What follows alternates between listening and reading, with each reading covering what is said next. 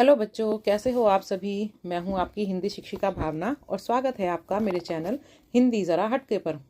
आज हम करने जा रहे हैं व्याकरण का टॉपिक अलंकार, जो कि क्लास 9 और क्लास 10 दोनों के लिए है। तो आइए शुरू करते हैं। अलंकार,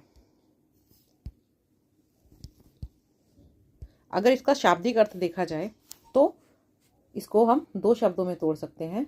एक का नाम होता है अलम प्लस कार।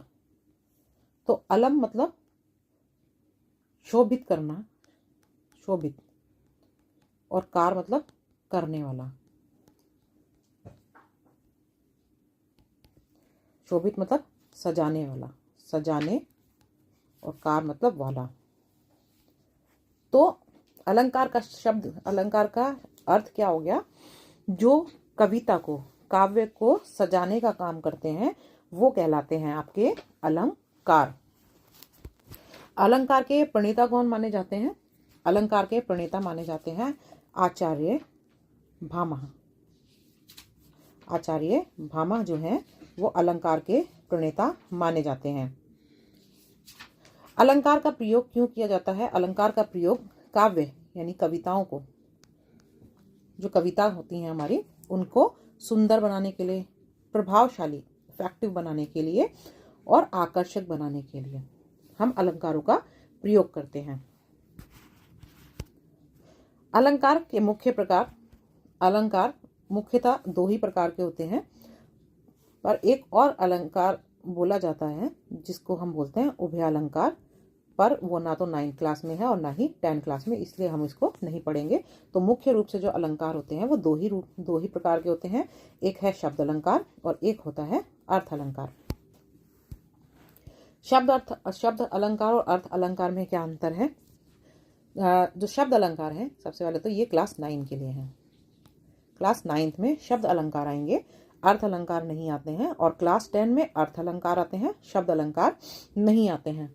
परंतु कभी कभी 10th में जो यमक है, श्लेष है, अनुप्रास है, इनको पूछ लिया जाता है। तो 10th वालों को थोड़ी बहुत नॉलेज रखनी चाहिए शब्द अलंकार की भी। पहले हम शब्द अलंकार कर रहे हैं जो कि क्लास 9 के लिए है। क्लास 9 को अर्थ अलंकार नहीं पढ़ने हैं।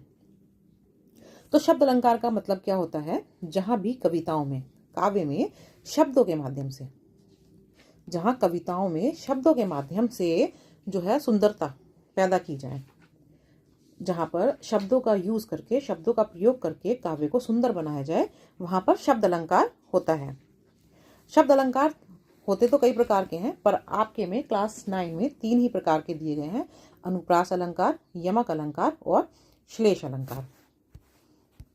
तो सबसे पहले हम अनुप्रास अलंकार के बारे में पढ़ते हैं। अनुप्रास अलंकार को पहचानना बहुत आसान है। इसकी जो परिभाषा है उसके अनुसार, जहां पर एक ही वर्ण की बार बार आवृत्ति हो, बार बार आवृत्ति का मतलब ही बार बार होता है, जहां पर एक ही वर्ण बार बार आए वहां पर अनुप्रास अलंकार होता है। अब यहां पर यह ध्यान रखिए, अब हमें यहाँ पे ये याद रखना है कि हम वर्ण की बात कर रहे हैं, वर्ण यानी कि लेटर। तो लेटर रिपीट होगा आपका, शब्द नहीं, यानी कि पूरा वर्ड रिपीट नहीं होगा, सिर्फ लेटर रिपीट होते हैं। वो होता है हमारा अनुप्रास अलंकार। जैसे कि आप उदाहरण में भी देख सकते हैं। उदाहरण है चंचल चितवन चिते चुरा ले। अब चंचल देखिए, पहला वर्ण क्या है? च, दूसरा वर्ण भी क्या है? च, तीसरा वर्ण भी क्या है? च, और चौथा वर्ण भी है च। तो यहां पर च वर्ण की आवृत्ति है। अब ये भी ध्यान देना है कि अनुप्रास अलंकार में जो आवृत्ति होती है, जो वर्ण होते हैं, वे जो होते हैं वे व्यंजन ही होते हैं, स्वर की आवृत्ति नहीं होती। अधिकतर जो है वो व्यंजन ही होते हैं। व्यंजन मतलब क से जो स्टार्ट होते हैं, क ख ग घ, वो ही होते हैं। अ आ वाले या तो ना ही होते हैं या ना के बराबर ही अ से इनकी आवृत्ति होती है। और उदाहरण देखते हैं। जैसे आपने बहुत, आपका एक फेमस गाना सुना होगा, रघुपति राघव राजा राम। तो हम इसमें भी देख सकते हैं र वर्ण की आवृत्ति आपको दिखेगी, बार बार र जो वर्ण है वो आ रहा है। तो यहाँ पर अनुप्रास अलंकार होगा। एक और है, जैसे चारू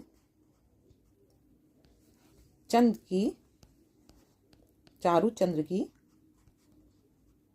चंचल किरणें। अब यहाँ पर भी देखिए च च च की आवृत्ति है। तो जहाँ पर भी एक वर्ण की आवृत्ति होती है वहाँ पर हमारा अनुप्रास अलंकार होता है। आप और भी उदाहरण देख सकते हैं, जैसे आपने कभी वो टंग ट्विस्टर सुना होगा, चंदू के चाचा ने चंदू की चाची को। ये भी क्या है, ये भी एक तरह का अनुप्रास अलंकार है।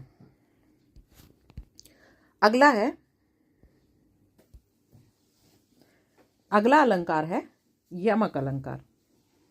यमक अलंकार, यहाँ पर क्या होता है, एक ही शब्द की पुनरावृत्ति होती है लेकिन अर्थ अलग अलग होते हैं। अगर हम इसको शॉर्ट में बोलें तो जितने शब्द उतने ही अर्थ होते हैं। यहाँ पर जो शब्द है वो बार बार आता है, एक ही शब्द बार बार आता है, लेकिन वो जितनी बार आता है हर बार उसका जो अर्थ है वो अलग होता है। इसीलिए बोलते हैं यमक अलंकार, जितने शब्द उतने अर्थ, उसको बोलते हैं यमक अलंकार। जैसे उदाहरण में देखिए, कनक कनक तय सोगुनी मादकता अधिकाय, या खाए बोराए जग या पाए बोराए। तो यहाँ पर हम देख रहे हैं कि कनक और कनक दो शब्दों को बार बार लिखा गया है। अनुप्रास अलंकार में वर्ण की आवृत्ति थी, सिर्फ च वर्ण या क वर्ण की, लेकिन यमक अलंकार में पूरे शब्दों की आवृत्ति होती है। यहाँ पर कनक और कनक शब्द दो बार आया है, कनक कनक। तो यहाँ पर एक कनक का मतलब होता है सोना, सोना मतलब पहनने वाला सोना, और दूसरे कनक का मतलब होता है धतूरा। धतूरा आपने सुना होगा, जो शंकर जी को चढ़ाया जाता है, जिसको खा के जो नशा सा होता है उसको। तो यहाँ पर क्या बोला गया है कि कनक कनक ते सौगुनी मादकता अधिकाय।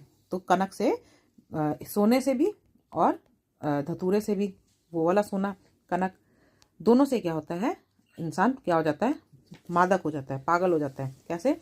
सोना अगर मिल जाए, सोने को पाकर इंसान पागल हो जाता है, बौरा जाता है, और धतूरे को खाकर इंसान बौरा जाता है, पागल हो जाता है। और भी बहुत से अलंकार हैं यमक अलंकार के, जैसे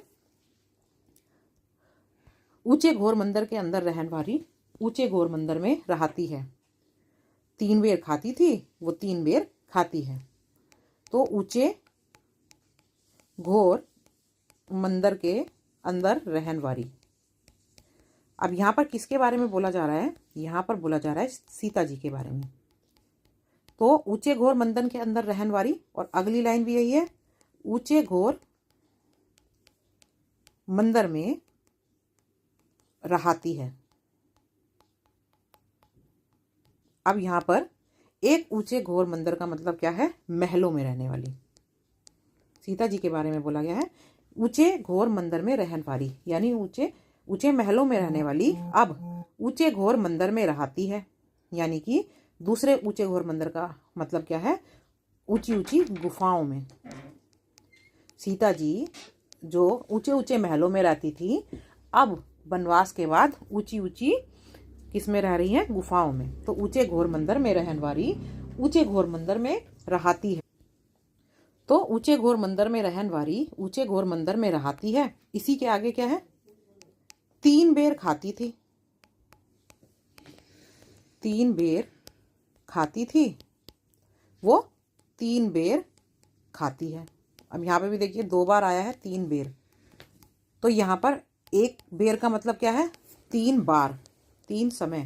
जब वो महलों में रहती थी तो 3 बार खाना खाया करती थी, और अब जब वन में है तो 3 बेर, बेर मतलब जो फल होता है, अब वो सिर्फ वो 3 बेर खाती हैं।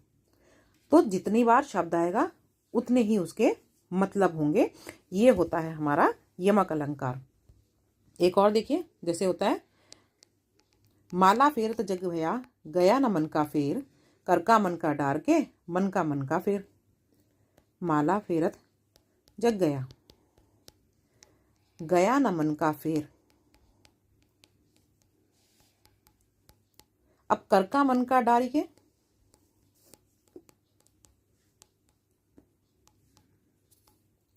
मन का फेर। अब देखिए यहाँ पर मन का शब्द 2 बार आया है।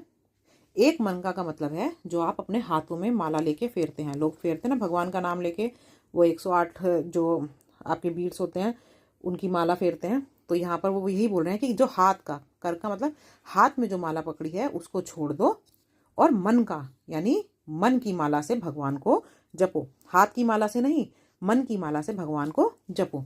तो मन का 2 बार आया है और दोनों बार मन का जो शब्द है उसका अर्थ अलग है। ये होता है हमारा यमक अलंकार। अगला है श्लेष अलंकार। श्लेष अलंकार जहाँ पर एक शब्द से एक से अधिक अर्थ निकालना। सबसे पहले तो जो श्लेष होता है उसका अर्थ होता है चिपका हुआ, किसी चीज से चिपका हुआ।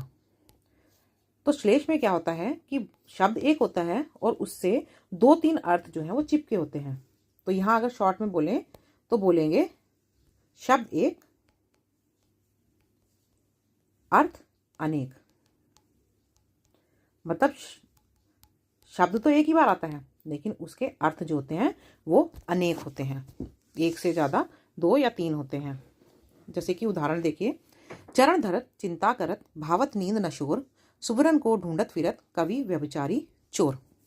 अब इसमें क्या है, इसमें जो सुवरन शब्द है, सुवर्ण, इस शब्द के 3 अर्थ निकलते हैं। सुवर्ण, ठीक है, एक तो होता सुवर्ण यानी कि सुंदर स्त्री, सुंदर वर्ण वाली सुंदर स्त्री। दूसरे का मतलब होता है सुंदर शब्द, दूसरा अर्थ है इसका सुंदर शब्द। और तीसरा है इसका स्वर्ण, स्वर्ण यानी सोना, स्वर्ण यानी सोना। तो यहाँ पर क्या कहा गया है कि जो सुवर्ण होता है, सुवर्ण, उसको कौन कौन ढूंढता है। तो अगर हम देखें तो सोने को कौन ढूंढेगा, चोर। सोना हमेशा कौन ढूंढता है, चोर, चुराने के लिए। अच्छे सुंदर शब्द हमेशा कौन ढूंढता है, कवि, अपनी कविता लिखने के लिए। और सुंदर स्त्री को कौन ढूंढता है, एक व्यभिचारी यानी कि एक जो बुरे चरित्र वाला व्यक्ति होता है वो हमेशा किसे ढूंढता है, वो सुंदर स्त्री को ढूंढता है। तो आपका शब्द एक है सुवर्ण, लेकिन उसके जो अर्थ हैं वो 3 हैं। यही होता है हमारा श्लेष अलंकार, शब्द एक, अर्थ अनेक। ये आपका एक अपवाद है, रहीमन पानी राखिए, ये आपका श्लेष का ही एक अपवाद है। रहीमन पानी राखिए बिन पानी सब सून, पानी गए ना उबरे मोती मानस चून। अब अगर आप देखेंगे तो यहाँ पर 1 बार पानी, 2 बार पानी और 3 बार पानी शब्द आया है। तो इस हिसाब से क्या होना चाहिए, पानी पानी पानी। जब एक ही शब्द की आवृत्ति होती है वहाँ पर हम क्या मानते हैं, वहाँ पर यमक अलंकार होता है और हर बार उस शब्द का अर्थ जो होता है वो अलग होता है। लेकिन ये एक अपवाद है। यहाँ पर क्या है, ये श्लेष अलंकार है। अब श्लेष अलंकार क्यों है कि रहमन पानी राखिए बिन पानी सब सून। यहाँ पानी का अर्थ भी वही है, जल, और यहाँ पर भी पानी का अर्थ वही है, जल, जिसको हम पीते हैं। लेकिन ये जो नीचे है, पानी गए ना उबरे मोती मानस चून, यहाँ पर पानी के 3 अर्थ हैं। पहले का अर्थ है जो आपका सीप होता है, सीप सुना है, जिसके अंदर मोती पैदा होता है। दूसरे पानी का अर्थ है इंसान का चरित्र, आपका बिहेवियर। और तीसरे पानी का अर्थ है चून। चून यानी आप चून आटा को भी बोलते हो, और जो चूना होता है सफ़ेद रंग का चूना जो पान वगैरह में भी लगाया जाता है उसको भी बोलते हैं। तो देखो कि रहीमन, हे रहीमदास क्या कहते हैं, पानी को बचा के रखो क्योंकि बिना पानी के सब कुछ व्यर्थ है। पानी चला गया तो नहीं उभरेगा, यानी नहीं पैदा होगा, नहीं बनेगा क्या क्या। तो यहाँ पर बोला गया है कि अगर एक पानी का मतलब है सीप, सीप नहीं होगी तो मोती पैदा नहीं होगा। दूसरे पानी का अर्थ है आपका अच्छा चरित्र, ठीक है ना, अगर अच्छा चरित्र नहीं होगा तो वह मनुष्य नहीं कहलाएगा। और तीसरे पानी का अर्थ वही है जो आप पीते हो, जल। तो अगर पानी नहीं होगा तो ना तो आप आटा गूंथ पाएंगे। आपने अपनी मम्मी को देखा होगा किचन में आटा गूंथती है तो पानी का यूज़ करती हैं। तो अगर पानी ही नहीं होगा तो आटा नहीं गूंदेगा। और दूसरा मैंने आपको क्या बताया था, पानी का अर्थ चूना भी हो सकता है। तो चूना क्या होता है, चूना ऐसे प्रयोग में नहीं लाया जाता, उसको पानी में पहले डालकर उसको बुझाया जाता है, यानी उसके अंदर जितने भी गर्मी होती है वो सब पानी में डालकर निकाली जाती है, तब वो खाने के या किसी और प्रयोग में लाया जाता है। तो अगर पानी नहीं होगा तो ना तो आप चूने का प्रयोग कर पाएंगे और ना ही आप आटा जो है वो प्रयोग कर पाएंगे। तो यहाँ पानी के 3 अर्थ हैं, एक है आपकी सीप, जिसमें मोती बनता है। दूसरा है आपका चरित्र, आपका चरित्र अच्छा है तभी आप एक अच्छे इंसान कहलाएंगे। अगर आपका चरित्र बेकार हो गया तो आपकी इज्जत जो है वो चली जाएगी। और चून का मतलब मैंने आपको बताया, चूना या आटा। एक और उदाहरण है श्लेष अलंकार का, जो रहीम गति दीप की कुल कपूत गति होए, बारे उजियारे करे, बड़े अंधेरो होए। यह है बड़े और ये है बारे। अब यहाँ पर क्या कहा गया, रहीमदास जी कहते हैं यहाँ पर दीप के दो अर्थ निकलते हैं। एक दीप का मतलब है दीपक और एक दीप का मतलब है घर का जो चिराग होता है, जैसे बेटे को बोलते हैं तो बेटा। तो रहीमदास जी क्या बोल रहे हैं कि जो दीपक होता है वो बिल्कुल, बेटा जो है वो बिल्कुल दीपक के समान होता है। कैसा बेटा? कपूत, बुरा। कपूत का मतलब बुरा। तो बुरा बेटा जो क्या है ना, वो कैसा होता है? दीपक के समान। कि बारे उजियारो करे। बारे मतलब जब बड़ा होता है तब तो घर में क्या करके रखता है? उजियारा। मतलब लोग उसके साथ खेलते हैं, उसकी हरकतें देखकर बड़े खुश होते हैं जब वो बड़ा हो रहा होता है। और जब दीपक भी धीरे धीरे उसकी जो लौ है, रोशनी है, बड़ी होती है तो घर में क्या होता है? उजियाला होता है ना। बड़े अंधेरों हुए। अब यहाँ बड़े का मतलब क्या है? जो लड़का है वो तो बड़ा हो रहा है। और बड़े, दूसरा बड़े का मतलब क्या है? बुझना। आपने कभी सुना होगा, जो लोग हैं वो बोलते हैं कि मैं अपनी दुकान बढ़ा कर आया हूँ, है ना। तो उसका मतलब क्या होता है? बंद करना, बुझना। तो क्या बोला गया है कि रहीमदास जी कहते हैं कि दीपक, बुरा बेटा और दीपक एक जैसे होते हैं जब वो बड़े हो रहे हैं। ठीक है, जब वो बड़े हो रहे हैं, यानी बच्चा जब बचपन में है, बड़ा हो रहा है, अभी बचपन में है। और दीपक भी जब जलाया जा रहा है, उसकी लौ ज़्यादा है, तब तो घर में क्या करते हैं? रोशनी फैलाते हैं। बच्चा भी अपनी हरकतों से सबको खुशी देता है और दीपक भी जब उसकी रोशनी जो है ज़्यादा होती है, मतलब तो वो क्या करता है? घर में पूरा रोशनी कर देता है। लेकिन जब वो बेटा, बुरा बेटा बड़ा हो जाता है तो उसके जो काम की वजह से क्या होता है? घर वालों को की बेइज्जती होती है, उनको कष्टों का सामना करना पड़ता है। और जो आपका दीपक है वो जब बुझ जाता है तो अंधेरा हो ही जाता है। तो ये थे हमारे शब्द अलंकार, अनुप्रास अलंकार, यमक अलंकार और श्लेष अलंकार। अनुप्रास जहाँ पर वर्णों की आवर्ती होती है, यानी एक ही लेटर जब बार बार आता है। यमक अलंकार मतलब जितने शब्द उतने ही अर्थ, जितने शब्द उतने अर्थ। पर एक अपवाद आप याद रखिएगा, रहीमन पानी राखिए, वो श्लेष अलंकार है। और श्लेष अलंकार एक शब्द अनेक अर्थ। शब्द तो एक ही होगा लेकिन उसके जो अर्थ होंगे वो बहुत होंगे। तो ये थे हमारे शब्द अलंकार। अब आते हैं अर्थ अलंकार पर। अर्थ अलंकार जो है वो क्लास 10 वालों को पढ़ना है। तो अर्थ अलंकार में जो अलंकार आते हैं वे हैं उपमा अलंकार, रूपक अलंकार, अतिशयोक्ति, मानवीकरण और एक और होता है उत्प्रेक्षा। उत्प्रेक्षा अलंकार। अब इन सबको पहचानना कैसे है, तो आइए देखते हैं। पहला हमारा अर्थ अलंकार कहते किसे हैं। तो हमने शब्द अलंकार में पढ़ा था जहां पर शब्दों के माध्यम से, यानी शब्दों का प्रयोग करके काव्य में सुंदरता जो है वो प्रदान की जाए काव्य को। अब यहाँ पर क्या है? जहां पर अर्थ के आधार पर, जहां अर्थ का प्रयोग कर कर काव्य को सुंदर बनाया जाता है, बल्कि शब्दों की वजह से नहीं, बल्कि उसका जो अर्थ निकल रहा है उसके आधार पर जब काव्य को सुंदर बनाया जाता है, वो कहलाते हैं हमारे अर्थ अलंकार। अब अर्थ अलंकार में सबसे पहला अलंकार है हमारा उपमा अलंकार। उपमा अलंकार में क्या होता है कि एक वस्तु की दूसरी वस्तु से तुलना की जाती है। काहे के कारण? सादृश्यता के कारण। सादृश्यता मतलब जब दो चीजें देखने में एक समान होती हैं तो उनकी आपस में तुलना की जाती है, तब होता है आपका उपमा अलंकार। इसकी अगर आप परिभाषा देखें तो इसकी एक परिभाषा और होती है, जहां पर उपमेय की तुलना उपमान से की जाती है। जहां उपमेय की तुलना उपमान से की जाती है। अब उपमेय क्या होता है? उपमेय आप जिसकी तुलना कर रहे हो, जिसकी तुलना की जाए, यानी जिसका कंपैरिजन किया जाए, और उपमान का मतलब होता है जिससे कंपैरिजन किया जाए, जिससे तुलना की जाए। जैसे मान लीजिए उपमेय मेरा हो गया कि मैंने किसी के मुख की तुलना की, किससे की? चांद से। तो मेरा मुख हो गया मेरा उपमेय और चांद हो गया मेरा उपमान। तो उपमेय यानी जिसकी भी तुलना की जा रही है, और उपमान यानी जिससे तुलना की जा रही है। तो जहाँ उपमेय की उपमान से तुलना की जाए वहाँ पर उपमा अलंकार होता है। उपमा अलंकार ये तो होगी इसकी परिभाषा, पर उपमा अलंकार जो है वो पहचानने में बहुत आसान होते हैं। तो आप ये कीवर्ड लिख लीजिए कि जहाँ पर भी ये शब्द आएंगे वहाँ पर आपका उपमा अलंकार होता है। जैसे सा, से, सी, जैसा,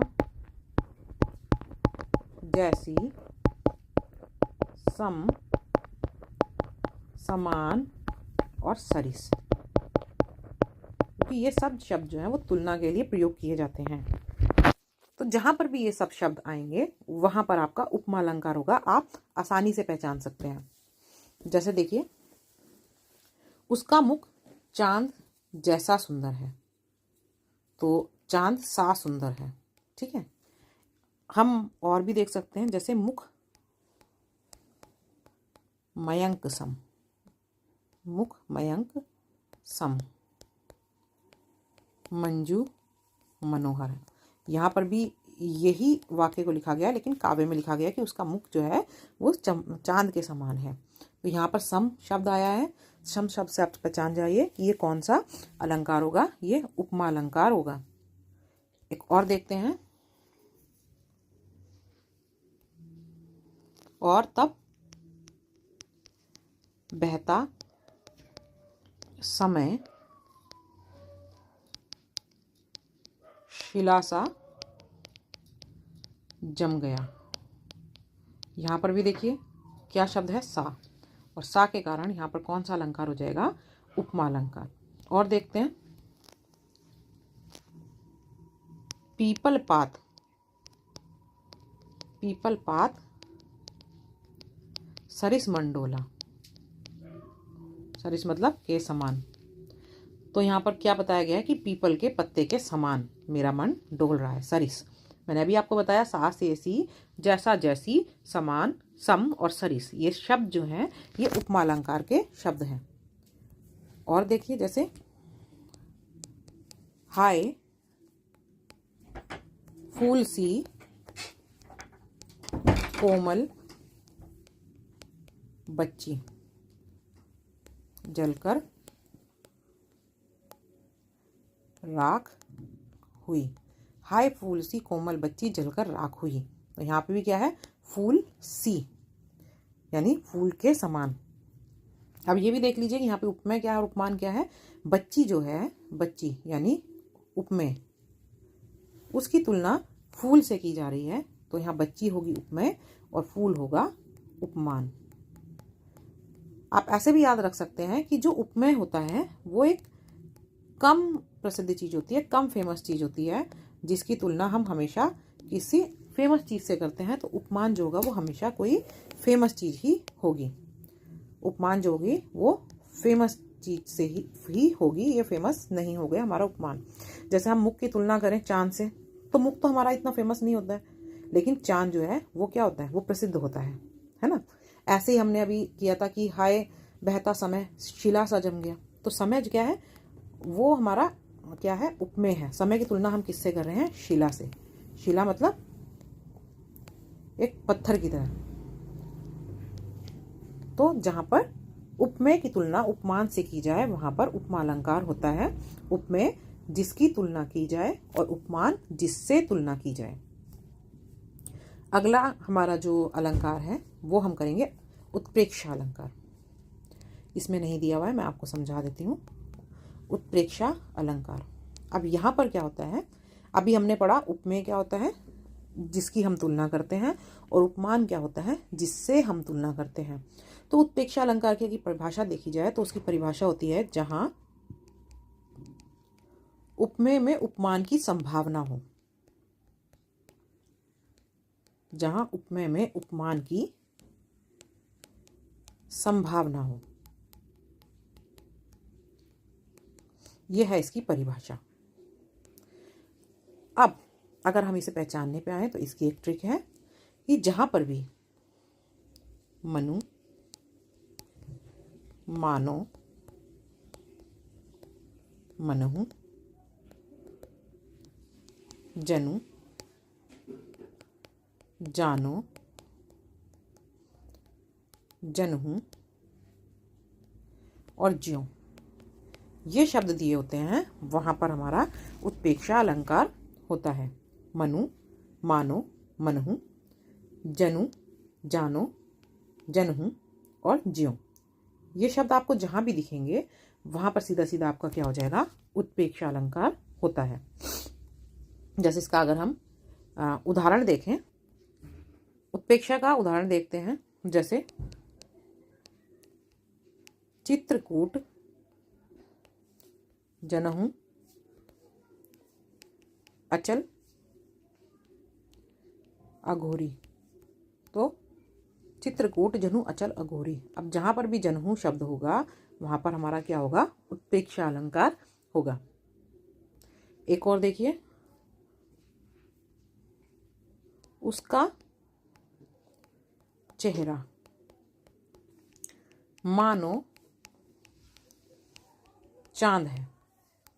अभी हमने पढ़ा कि जहाँ पे मनु, मानो, मनहु, जनु, जानो, जनहु शब्द होते हैं वहाँ पर उत्प्रेक्षा अलंकार होता है। तो मानो शब्द है, इसका मतलब यहाँ पर क्या है, उत्प्रेक्षा अलंकार है। एक और उदाहरण है जो बहुत ज़्यादा आता है। आपका उदाहरण क्या है, कहती हुई यों उत्तरा के नेत्र जल से भर गए। कहती हुई यों उत्तरा के नेत्र जल से भर गए, हिम के कणों से पूर्ण, हिम के कणों से पूर्ण मानो हो गए पंकज। अब हमें कोई इसका अर्थ जो है वो निकाल कर उसको पहचानने की जरूरत नहीं है। आपको पता है यहाँ पर मानो शब्द आया है तो सीधा सीधा कौन सा अलंकार हो जाएगा, उत्प्रेक्षा अलंकार होगा। तो आपको अर्थ निकालने की आवश्यकता नहीं है, आपको बस ये वर्ड ढूंढने हैं। जहाँ पर आपको सा से सी दिखे वहाँ पर उपमा अलंकार, जहाँ पर भी आपको जनु, जानो, जनहु, मनु, मानो, मनहु और ज्यों शब्द दिखे वहाँ पर आपका उत्प्रेक्षा अलंकार होता है। एक और बहुत फेमस इसका जो है उदाहरण है कि सोहत ओढ़े पीठ पट श्याम सलोने गात, मानो नीलमणि सैल पर आतप प्रयो प्रभात। तो शुरू तो यहाँ से है, सोहत ओढ़े पीठ पट श्याम सलोने गात, पर कई बार सिर्फ यही लाइन दे दी जाती है। तो इसमें आप देख सकते हैं इसका अर्थ निकालने की कोई ज़रूरत नहीं है, हमें पता है मानो। तो मानो शब्द हमने देख लिया और उसी से हमने पकड़ लिया कि ये कौन सा अलंकार है, ये उत्प्रेक्षा अलंकार होगा। अगला अलंकार है हमारा रूपक अलंकार। रूपक अलंकार, तो देखिए हमने ये तीन अलंकार देखे, ये अलंकार जो है वो एक समान होते हैं। सबसे पहला है हमारा उपमा, फिर है हमारा उत्प्रेक्षा और उसके बाद है हमारा रूपक। उपमा अलंकार में सीधी तुलना की जाती है उपमेय की उपमान से। सीधा सीधा आप कंपेयर कर देते हैं, सीधी तुलना। आप उत्प्रेक्षा में क्या करते हैं, उत्प्रेक्षा में आप संभावना जताते हैं कि जो हमारा उपमेय है वो हो सकता है कि उपमान हो, संभावना मानो।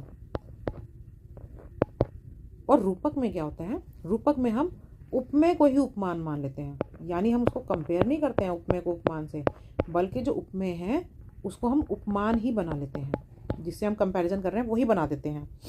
जैसे इसका एक बहुत फेमस जो है एक लाइन है कि मैया मैया मैं तो चंद्र खिलौना लय हूँ। बच्चा क्या बोल रहा है, माँ मैं तो चांद खिलौना लूँगा। अब यहाँ पर खिलौने को ना तो चंद्र के समान बताया जा रहा है, ना तो ऐसा लिखा गया चांद सा खिलौना लूँगा, ना ही ये बोला गया कि ऐसा खिलौना लूँगा मानो चांद है ना। सीधा सीधा उसने क्या बोला, खिलौने को क्या मान लिया, चांद ही मान लिया कि मैया मैं तो चांद ही खिलौने में लूँगा। इसकी एक पहचान मैं आपको बता सकती हूँ कि इसमें ज़्यादातर क्या होता है, जिसके बीच में जिन दो चीज़ों को, जैसे चांद और खिलौना, तो खिलौने को चांद ही मान लिया गया, तो उनके बीच में 99% योजक चिन्ह होते हैं। ऐसे ही और देखिए, एक है इसका चरण कमल, चरण कमल बंदो हरी राई। अब पहली पहचान योजक चिन्ह। दूसरा क्या है, यहाँ पर जो चरण है उनको ये नहीं बोला गया कि वो कमल के समान है, बल्कि चरणों को कमल ही मान लिया गया है। तो चरण कमल बंदो हरिराई, कि मैं चरण कमलों की वंदना करता हूँ। अगर पहले वाले आप उदाहरण से देखें तो हमने एक उदाहरण किया था कि उसका चेहरा चांद के समान सुंदर है, उसका चेहरा चांद के समान सुंदर है। अब हमने क्या शब्द यूज किया है, के समान। यहां पर क्या होगा, उपमा अलंकार। इसी को मैं बोल दूं उसका चेहरा मानो चांद है। अब मानो शब्द आ गया, यहां पर भी तुलना की गई है पर माना गया, संभावना की गई है, तो यहां पर मानो यानी उत्प्रेक्षा अलंकार। पर मैं अगर ये बोलूं कि उसका चेहरा चांद है, यानी कि तुलना नहीं की गई बल्कि चेहरे को चांद ही मान लिया गया है, उसका चेहरा चांद है, तो यहां पर क्या होगा, हमारा रूपक अलंकार। एक और इसका उदाहरण होता है कि बीती विभावरी जागरी, बीती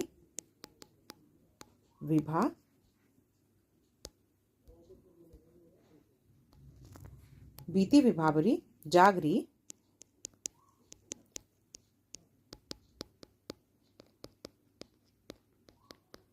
जागरी अंबर पनघट में, अंबर पनघट में डूबो रही ताराघट उषा नागरी। अब देखिए यहाँ पर क्या है, बीती विभावरी जागरी, कि रात बीत गई जागो, अंबर पनघट में डूबो रही। अंबर पनघट यानी यहाँ पर आकाश के किसके समान बताया गया है, पनघट। पनघट मतलब जो कुएं का या नदी का किनारा जहाँ पानी भरने जाया जाता है। तो यहाँ पर अंबर को पनघट से तुलना नहीं की गई, सा से सी या उसको उसके समान माना नहीं गया, बल्कि सीधा सीधा अंबर को पनघट ही बता दिया गया है। तो यहाँ पर योजक चिन्ह भी है और अंबर को पनघट बताया जा रहा है। दूसरा ताराघट, तो यहाँ पर भी आपका योजक चिन्ह है, आप इससे पहचान सकते हैं। और दूसरा जो तारे हैं उसको किसके समान माना गया है, घट यानी घड़े के समान।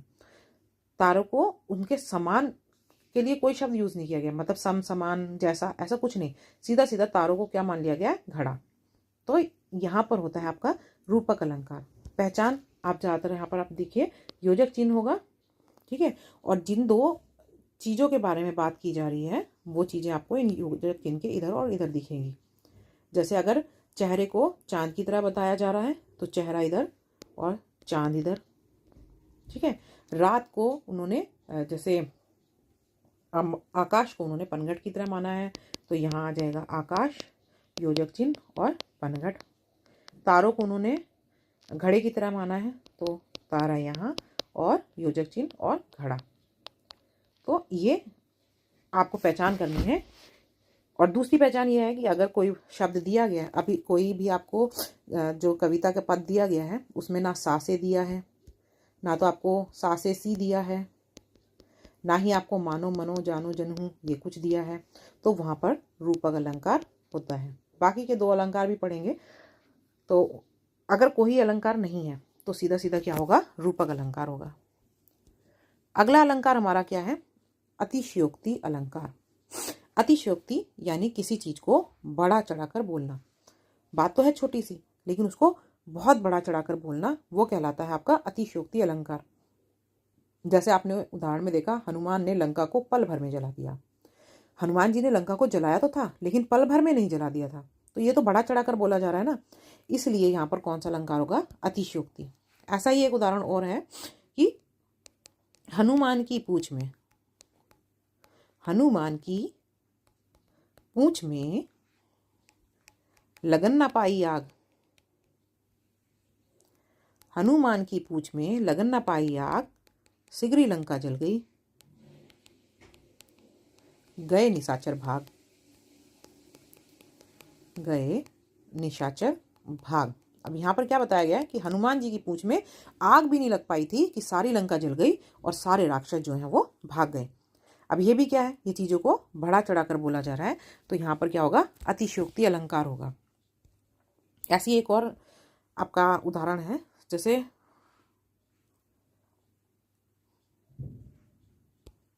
आगे नदियां पड़ी अपार। आगे नदियां पड़ी अपार,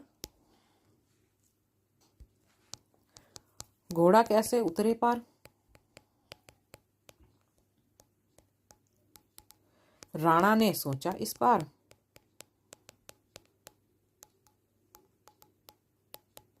तब तक चेतक था उस पार।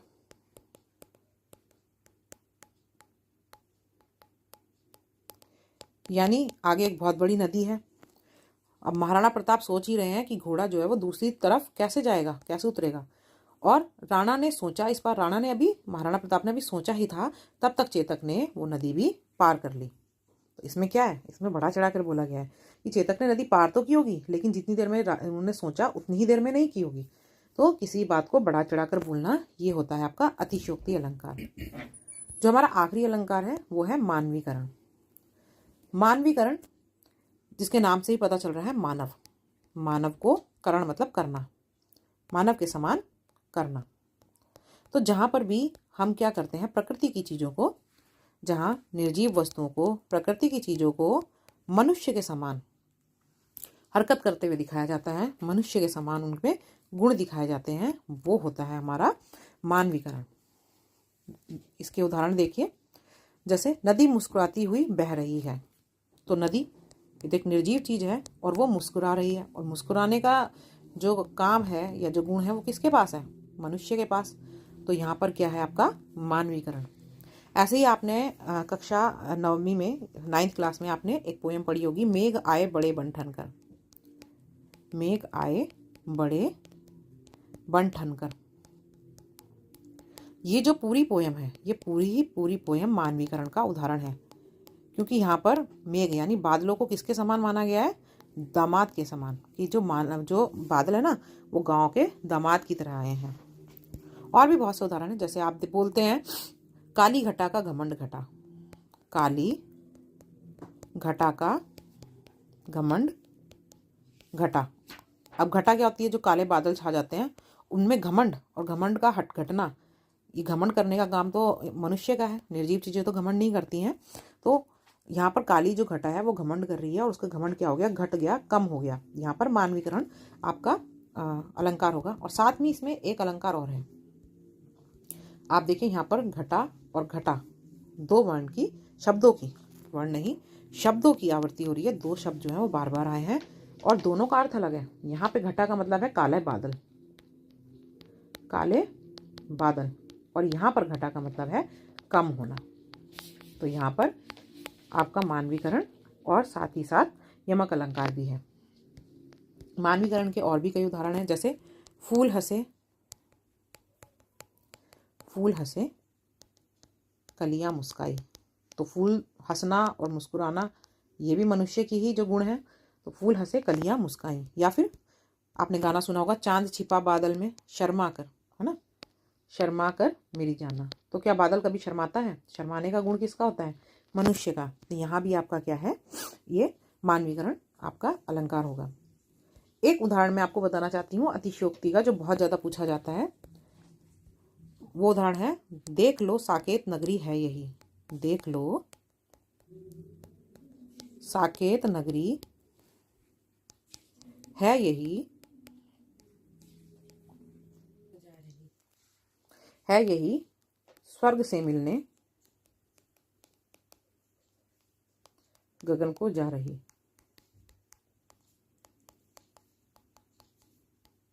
अब आप बोलोगे यहाँ पर मानवीकरण भी तो हो सकता है, क्योंकि एक निर्जीव चीज जो है उसको क्या बताया गया है, जाते हुए बताया जा रहा है। लेकिन क्यों नहीं होगा यहाँ पे, क्योंकि मैंने आपको बताया प्रकृति की चीजों को मनुष्य की तरह हरकतें करते हुए दिखाया जाता है। और नगरी, कोई भी नगर, कोई भी शहर जो है वो प्राकृतिक नहीं होता, उसको मनुष्य बसाते हैं। तो ये नेचुरल चीज नहीं है। ठीक है, यहाँ पर क्या बोला जा रहा है कि ये साकेत नगरी है ना, ये इतनी ऊंची है, ये ऐसा लग रहा है कि गगन के रास्ते कहाँ चली जाएगी, स्वर्ग में चली जाएगी, इतनी ऊंची नगरी है। तो ये तो अतिशयोक्ति अलंकार हो गया ना। कोई भी नगर हो, कोई भी शहर हो, चाहे उसे कितना भी ऊंचा बसाया जाए, वो कभी आसमान में या गगन तक या स्वर्ग तक नहीं पहुंच सकता। ये है हमारे अलंकार। आइए इसके कुछ प्रैक्टिस क्वेश्चन कर लेते हैं। उपमा उत्प्रेक्षा अलंकार मैंने आपको बताया, जहां पर भी जानो जनू और जनहू, मानो मनो मनहू ऐसे शब्द आते हैं, और ज्यों भी आता है, ज्यों, वहां पर आपका उत्प्रेक्षा अलंकार होता है। पहला क्वेश्चन है, अलंकार शब्द का शाब्दिक अर्थ क्या है। तो अलंकार शब्द का शाब्दिक अर्थ हमने शुरू में ही पढ़ा था कि जब कविता को सजाने का काम करते हैं अलंकार, इसलिए उनका शाब्दिक अर्थ क्या है, सजाना। अलंकार के मुख्य कितने प्रकार हैं। तो अगर मुख्य बोला जाए तो अलंकार के 2 ही प्रकार मुख्य होते हैं, उभय अलंकार बहुत कम पढ़ा जाता है। अगला प्रश्न है, निम्न में से कौन सा शब्द अलंकार है। तो हमने पढ़ा था जहां पर शब्दों के माध्यम से जो है सुंदरता जो है काव्य में डाली जाती है, वो होते हैं शब्द अलंकार। और शब्दों के आधार पर सुंदरता कौन कौन डालता है, अनुप्रास, क्योंकि वहां पर वर्णों की आवृत्ति होती है, यमक, क्योंकि वहां पर शब्दों की आवृत्ति होती है, शब्द बार बार आते हैं, और श्लेष अलंकार, क्योंकि वहां पर शब्द तो एक बार आता है लेकिन उसके अर्थ निकलते हैं। तो हमारा अनुप्रास अलंकार, यमक अलंकार और श्लेष अलंकार जो है वो शब्द अलंकार होते हैं, और इनमें अनुप्रास है। अगला है, चंचल चितवन चित्त चुरा ले। अब इसमें देख सकते हैं कौन सा अलंकार होगा। क्या आपको यहाँ पर यमक के लिए जो शब्द है, एक ही शब्द को 2 बार आना चाहिए, क्या यहाँ पर ऐसा कुछ है, नहीं है। उपमा में क्या आना चाहिए, सा से सी जैसा, सरस समान, ऐसा कुछ है, नहीं है। अतिशयोक्ति में किसी चीज को बहुत बड़ा चढ़ाकर बोला जाता है। चंचल चितवन चित्त चुरा ले, यहाँ पर क्या बोला गया है कि मन को चुरा लेती है, बहुत अच्छी जो लगने वाली चीज है, चितवन है। तो यहाँ पर भी कुछ बड़ा चढ़ाकर नहीं बोला गया। पर एक चीज आप यहाँ पर देख सकते हैं, यहाँ पर च वर्ण की आवृत्ति है, बार बार च च च और च आ रहा है। तो जहां पर वर्णों की आवृत्ति होती है, लेटर की आवृत्ति होती है, वहां पर होता है हमारा अनुप्रास अलंकार। चरण कमल बंदो हरिराई, मैंने आपको बोला था। उपमा अलंकार इसमें है, सा से सी कुछ दिया है, नहीं, तो उपमा अलंकार नहीं होगा। अतिशयोक्ति, कुछ बड़ा चढ़ाकर बोला जा रहा है, ऐसा भी कुछ नहीं है। श्लेष, श्लेष जैसा तो इसमें आना ही नहीं चाहिए, क्योंकि श्लेष अलंकार तो आपका शब्द में चला गया। हाँ, मैंने आपको ये बोला था कि जब आप रूपक अलंकार की पहचान कर रहे हो तो आप सबसे पहले देखो कि उसमें योजक चिन्ह होगा, योजक चिन्ह है। और दूसरा, यहाँ पर चरण को कमल माना गया है, कंपैरिजन नहीं किया गया है सा से सी मानो लगाकर, सीधा सीधा चरणों को क्या मान लिया गया है, कमल। तो यहाँ पर कौन सा अलंकार होगा, रूपक अलंकार। ये आपके कुछ क्वेश्चन है, ये आप कर सकते हैं। शाब्दिक अर्थ क्या है, सजावट, काव्य की शोभा बढ़ाने वाले तत्वों को अलंकार कहते हैं, और शब्दों की ध्वनि के सौंदर्य से उत्पन्न करने वाले अलंकारों को शब्द अलंकार कहते हैं। हनुमान ने लंका को पल भर में जला दिया, ये क्या है, बड़ा चढ़ाकर बहुत बात को बोली जा रही है, अतिशयोक्ति अलंकार। मानो ऐसा लगता है, मानो मैंने आपको बोला था, मानो मनो मनहू जानो जनो जनहू, ये सब कहाँ आते हैं, उत्प्रेक्षा अलंकार में। तो ये क्या होगा, उत्प्रेक्षा अलंकार। ये थे अलंकार जो कि क्लास 9 और 10 के लिए थे। आशा करती हूँ कि आपको ये समझ में आए होंगे। अगर समझ में आए हैं तो चैनल को सब्सक्राइब कर देना और वीडियो को लाइक कर देना। मिलते हैं अगले भाग में, धन्यवाद।